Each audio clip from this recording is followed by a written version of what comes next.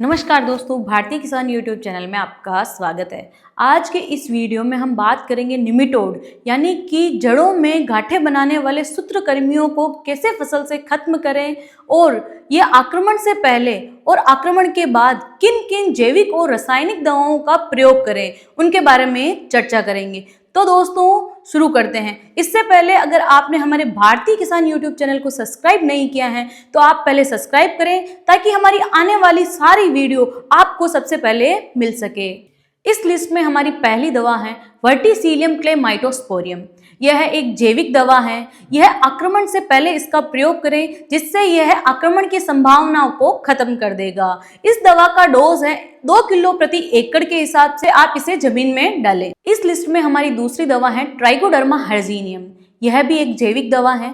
इसका प्रयोग आप आक्रमण से पहले करें जिससे यह क्या करेगा कि आक्रमण की संभावना को कम कर देगा। इसका डोज 4 से 5 किलो प्रति एकड़ के हिसाब से है। इसका प्रयोग आप जमीन में करें और आप ड्रिंचिंग, ड्रिप और पौध रोप कर रहे हैं तो आप उसके गड्ढे में भी इसका प्रयोग कर सकते हैं, जिसकी डोज भी आपको स्क्रीन पर दिख रही है। इस लिस्ट में हमारी जो तीसरी दवा है वह है अदामानिमिड्स। इस दवा का प्रयोग आप आक्रमण आने से पहले कर सकते हैं और आक्रमण आने के बाद में कर सकते हैं। यह दवा अपना असर 24 से 48 घंटे में ही दिखाना शुरू कर देती है। इस दवा का जो डोज है वह 1 ग्राम प्रति पौधे के हिसाब से है और अलग अलग फसलों में अलग अलग तरीके से है, जो आपको स्क्रीन पर दिख रहा होगा।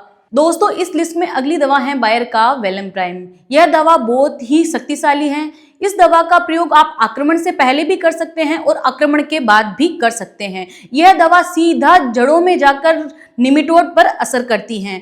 यह दवा का जो डोज है वह है 400 ml प्रति एकड़ के हिसाब से है। इस दवा को आपको जड़ों में पहुंचाना है। खेतों में नमी होनी चाहिए। इसको आप ड्रिप, ड्रिंचिंग आदि के माध्यम से जड़ों में पहुंचा सकते हैं। दोस्तों हमारी अगली दवा है कोटेवा का सेलिब्रो। यह दवा का प्रयोग आप आक्रमण आने से पहले कर सकते हैं और आक्रमण आने के बाद कर सकते हैं। यह दवा पर्यावरण के लिए बहुत सुरक्षित है।